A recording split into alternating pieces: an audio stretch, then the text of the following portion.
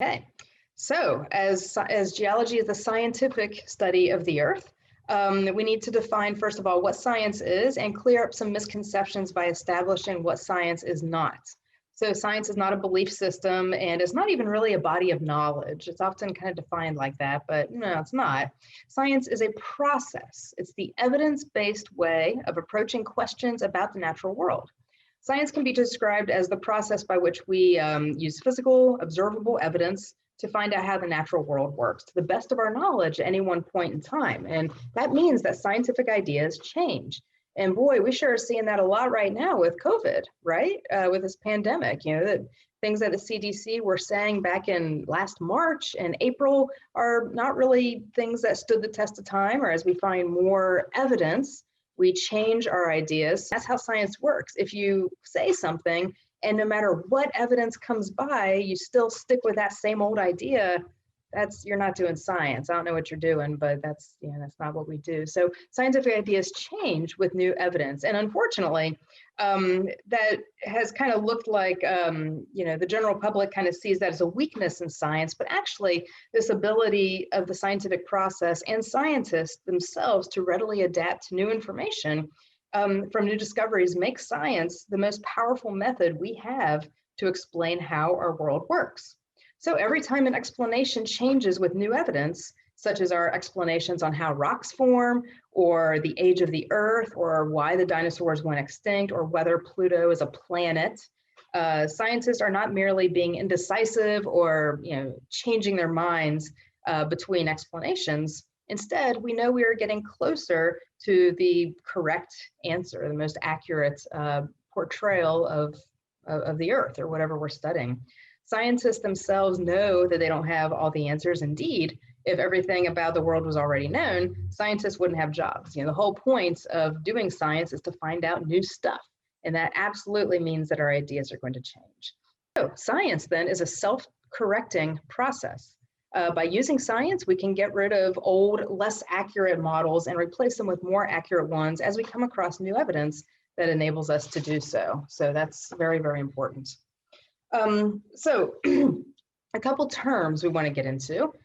We may learn in grade school about these terms, like a hypothesis that is well supported becomes a theory, and a theory that is proven. We don't like to use the word proven in science, by the way, so we're not going to do that, but that's how people often kind of learn this. Theories that are proven become laws, but this is highly inaccurate. These hypotheses, theories, and laws are all scientific explanations, but they differ in breadth, the things they cover, not in the level of support. One is not necessarily more, correct than another. But they differ in the level, in the size of the material that they're looking at mostly. A hypothesis, for instance, covers only a small range of phenomena, maybe just one small idea, while theories are broad explanations supported by many lines of evidence and encompass many facts. And a law is something altogether different that we'll talk about, but we don't really deal with many of those in geology. Another way to kind of use the word theory is not too different from how you would talk about music theory or economic theory or color theory. Music theory, for instance, is, we understand, the different lengths of notes, some pitches, all the things that are involved in music theory that you, if you're a music major, may know a lot more about me than I do. But we don't say that music is just a theory. We're not sure if music exists or not because we call it music theory or color theory in art. No. So that's kind of how we use the word theory, is this is the broad study of this topic, and we're finding out new stuff all the time. A scientific theory can also be defined like this by the National Academy of Sciences: a well-substantiated explanation of some aspect of the natural world, lots of repetition and confirmation through observations and experiments. This image here is, for instance, our big theory here in historical geology is going to be plate tectonics. And this image is of the Silka Rift in Iceland. So a really cool place to see the mid-Atlantic rift, where the Atlantic Ocean is actually being born in the very middle of the Atlantic Ocean. So we have this new crust being created, pushing North America and South America further and further away from Europe and Africa. And where that's happening is we can actually see it in Iceland. Elsewhere, we have to take a deep sea submersible, but you can snorkel and scuba dive in that in Iceland, which is cool. So that's why the picture there is there, because here in geology, plate tectonics is going to be our big idea. So theories are then considered the endpoint in science, incorporating a large body of scientific facts, laws. Laws are kind of within theories, but they're a little bit different. Tested hypotheses and logical inferences, and they have no contrary evidence. And that's very important. It means then that if there is any contrary evidence to a theory, it's got to be tweaked, it's got to be changed. It can even be at risk of being thrown out. All ideas in science are tentative, and we are willing to change them as new evidence warrants that we should do so. There's no, set in stone ideas in science. That means that if something has lasted the test of time, like the theory of plate tectonics or the theory of evolution, it has passed a lot of tests and so far has really failed none. Though those explanations of different researchers throughout the many decades in these fields have changed, and some people are wrong about stuff. Some people are right, and but evidence and research is how we find that out. So a really good example, though, of the predictive and expansive role of a theory is the theory of, so a scientific theory then has a big, a scientific theory has a big responsibility. It must account for all known evidence and expand to fit new things that aren't even known yet. And that seems kind of where the video I have coming up is about Mendeleev and the periodic table of the elements. But the example I want to use that's a bit more related to our course is, again, the theory of evolution, a very important one for our class here. And an excellent example of the predictive and expansive role of the theory is the theory of natural selection to explain how biological evolution occurs. It was proposed by Charles Darwin, of course, and while he, over 150 years ago, obviously could not have had all the details correct, and so some of his claims have been discarded. Scientists are willing to do that. If he said something and then, we find out it's wrong, it's out. We don't think about the Origin of Species book as any sort of Bible. Though it was absolutely revolutionary, there are things in there that are wrong. That's okay. Modern evolutionary theory is very different than what he could have imagined back in the 1850s, which is a good thing. We're all about progress. So the overall theory, though, has only been strengthened and broadened, even though a lot of details have been changed or even thrown out.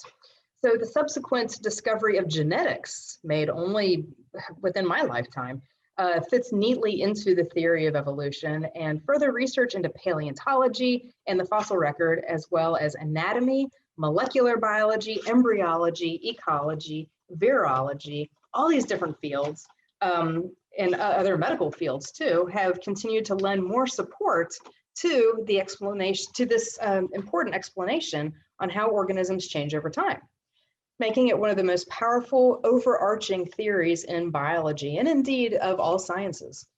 If any of these fields of study had uncovered contrary evidence for our current hypotheses regarding evolution, the theory would have to be changed, and it has been, to account for that evidence, and it would even be at risk of being thrown out altogether. So the fact that it hasn't been thrown out means that it's a pretty powerful idea. We've got, it explains a lot. So theories, and my images here are showing this for both of our major theories, plate tectonics and evolution by natural selection. Theories must be useful and work to help us understand the world. The theory of evolution isn't just an academic idea. By understanding how evolution works, we can cure diseases and prevent birth defects, and we are, control agricultural pests, and prevent rhinoceroses and cheetahs from becoming extinct with the study of genetics. All of this is why referring to a well-substantiated scientific theory as just a theory is disingenuous and reflects a misunderstanding of what a scientific theory actually is, having a very different meaning from how we may use the word theory in day-to-day life. So in my images here, we have, on the left, we have a picture of the damage done by the 2010 earthquake in Haiti. And scientists, work with, try to figure out if we can predict when earthquakes are going to happen, which is very difficult. But there are some earthquake zones, particularly in the Caribbean, that are a bit more predictable than others. But mostly it's how do we prevent damage once that earthquake does happen? Because evacuation on a large scale isn't always a possibility. What are some things we could do with buildings to make sure that fewer people die and fewer buildings are damaged during an earthquake? That's all about geology and deal with the study of plate tectonics, and also, as you could probably imagine, involves other fields like architecture and engineering, which is very cool. Over here on the right, I have, this is Dr. Terry Roth and Harapan, one of the Sumatran rhinos born at the Cincinnati Zoo. And recently the Sumatran rhino program has, all of them are back in Sumatra at a, sanctuary. But the Cincinnati Zoo has been absolutely instrumental in understanding the genetics of these animals and trying to bring them back from the absolute brink of extinction. So I hope you've had the chance to see Sumatran rhinos in Cincinnati.